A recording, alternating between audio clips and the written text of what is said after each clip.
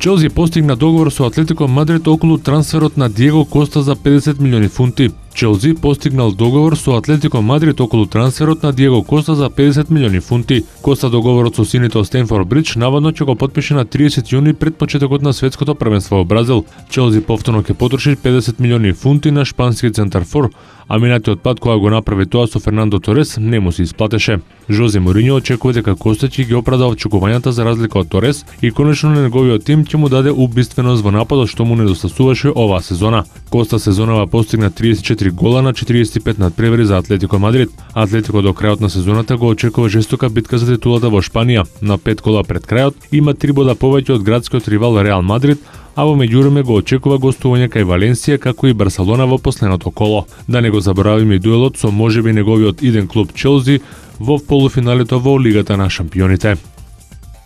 Новак Џоковиќ имаше одличен старт на ATP Masters од 1000 што се игра во Монте Карло, каде ќе ја брани титулата освоена минатата сезона. Сербинот експресно во 2 сета беше подобро од Алберт Монтањес, кој го доби со 6-1 и 6-0 за само 45 минути игра. Џоковиќ во третата рунда од турнирот за противник ќе го има домашниот тенисер Гајл Монфилс. Во досегашните одиграни надпревари од фаворитите пласман во третото коло обезбедија Григор Димитров, Томаш Бердих, Андреа Сепи, Лјодра, Алмагро, Жофил Цонга и Давид Ферер. Се одиграа првите четвртфинални средби во кошаркарската Евролига, каде домакините стигнаа до победи. Реал Мадрид победе со 1-0 против Олимпијакос. Кралскиот клуб славеше со 88-71. Актуелниот европски шампион се закани само во втората четвртина, кога во еден момент успеа да изедначи. Руди Фернандес со 20 и Никола Миротич со 15 поени беа најефикасни кај домакините, додека Василис Панулис се истакна со 18 поени за составот од Атина. На вториот вчерашен дуел Барселона го победи Галатасарај убедливо со 88-61 и исто така победе со 1-0 во победи. Нагбар даде 19 поени и беше најпрецизен во таборот на Барселона, пред Наваро со 12 и Олесон со 11 коша.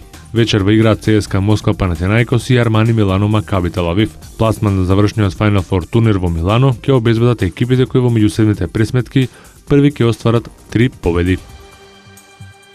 Само 2 средби се одигра синоќа во NBA лигата. Во комшиското дерби, Њујорк со 109-98 го победи Бруклин Нетс. Њујорк со победа стави точка на годинешната NBA сезона, останувајќи без плейоф настап, а можеби најверојатно и без својот најдобар кошаркар Кармело Ентони за следната сезона. Ентони уште претходно најави дека по крајот на сезоната ова лето ќе ја разгледа можноста за промена на клубот.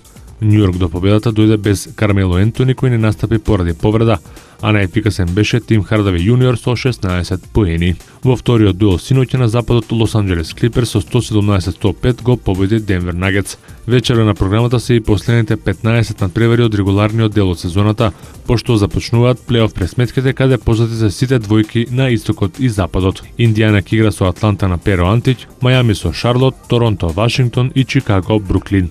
На западот Сан Антонио е домаќин на Мемфис, Оклахома игра против Далас, Лос Анџелес Клиперс со Голден Стейт, а Хјустон против Портланд.